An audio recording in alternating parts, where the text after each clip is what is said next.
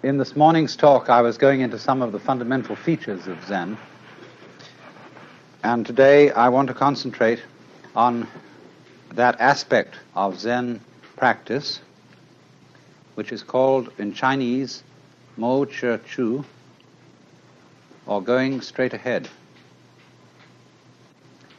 A master who was once asked, "What is the Tao, the way?"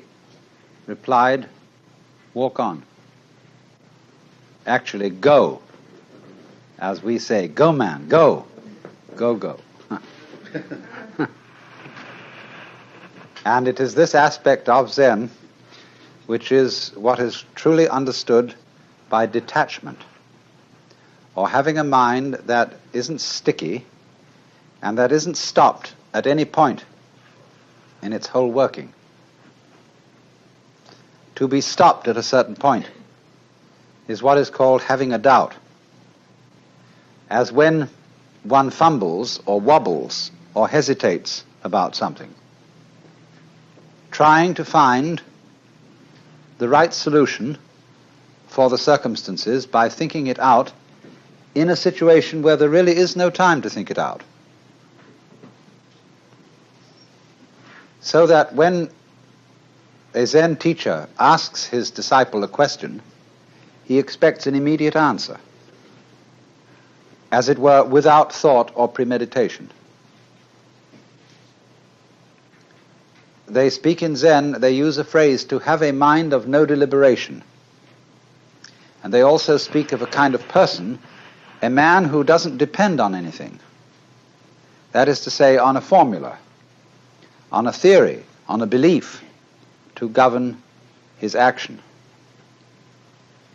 And this person who doesn't stick anywhere is like Dante's image at the end of the Paradiso, where he says in the presence of the vision of God, "But my volition now and my desires were moved as a wheel revolving evenly by love that moves the sun and other stars." And the image of the wheel, which is not too tight on its axle and not too loose,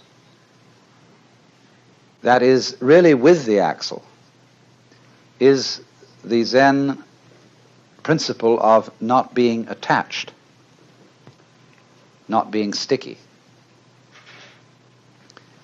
It's very difficult for us to function in that way because we've been brought up to believe that there are two sides to ourselves.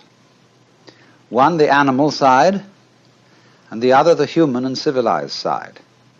And these are expressed in what Freud calls the pleasure principle, which he classifies with the animal side, with the id, and the other, the reality principle, which he puts on the side of society and the superego. And man is so split that he is in a constant fight between these two. Theosophists sometimes speak of our having two selves, the higher self, which is spiritual, and the lower self, which is merely psychic, the ego. And therefore the problem of life is to make the one self, the higher one, take charge of the lower, as a rider takes charge of a horse. But the problem that constantly arises is, how do you know that what you think is your higher self isn't really your lower self in disguise? When a thief is robbing a house and the police enter on the ground floor, the thief goes up to the second floor, and when the police follow up the stairs, he goes higher and higher until at last he gets out to the rooftop. And in the same way, when one really feels oneself to be the lower self, that is to say, to be a separate ego, and then the moralists come along, they are of course the police, and say, "You ought not to be selfish," then the ego dissembles and tries to pretend that he's a good person after all.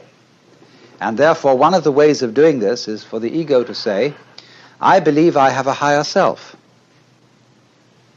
And I would say, "Why do you believe that? Do you know the higher self?" "No, if I knew it, I would behave differently." But I'm trying to get there. Well, why are you trying to get there? Well, then the police wouldn't come around. Then the moralists wouldn't preach at me. Then I could feel that I was doing my duty, behaving as a proper member of society. But all this is a great phony front. If you don't know that there is a higher self, and you believe that there is one, on whose authority do you believe this? You say, oh, such and such a teacher, Buddha, Jesus, Shankara, the Upanishads, said that we have a higher self. And I believe it.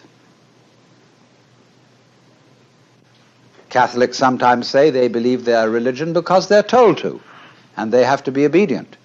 The Catechism starts out, the Baltimore Catechism, it starts out, we are bound to believe that there is but one God, the Father Almighty, creator of heaven and earth, etc. And they make jokes about the Protestants and say, they don't have real authority in Protestant church because everybody interprets the Bible according to his own opinion. But we have an authoritative interpretation of the Bible. But this always screens out the fact that it is fundamentally a matter of your own opinion that you accept the authority of the church to interpret the Bible. You cannot escape in all matters of belief from opinion.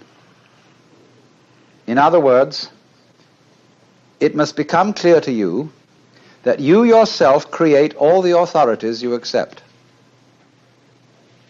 And if you create them in order to dissimulate, in order to pretend that your motivations and your character are different, that you would like them to be different, this is the same old principle of the separate self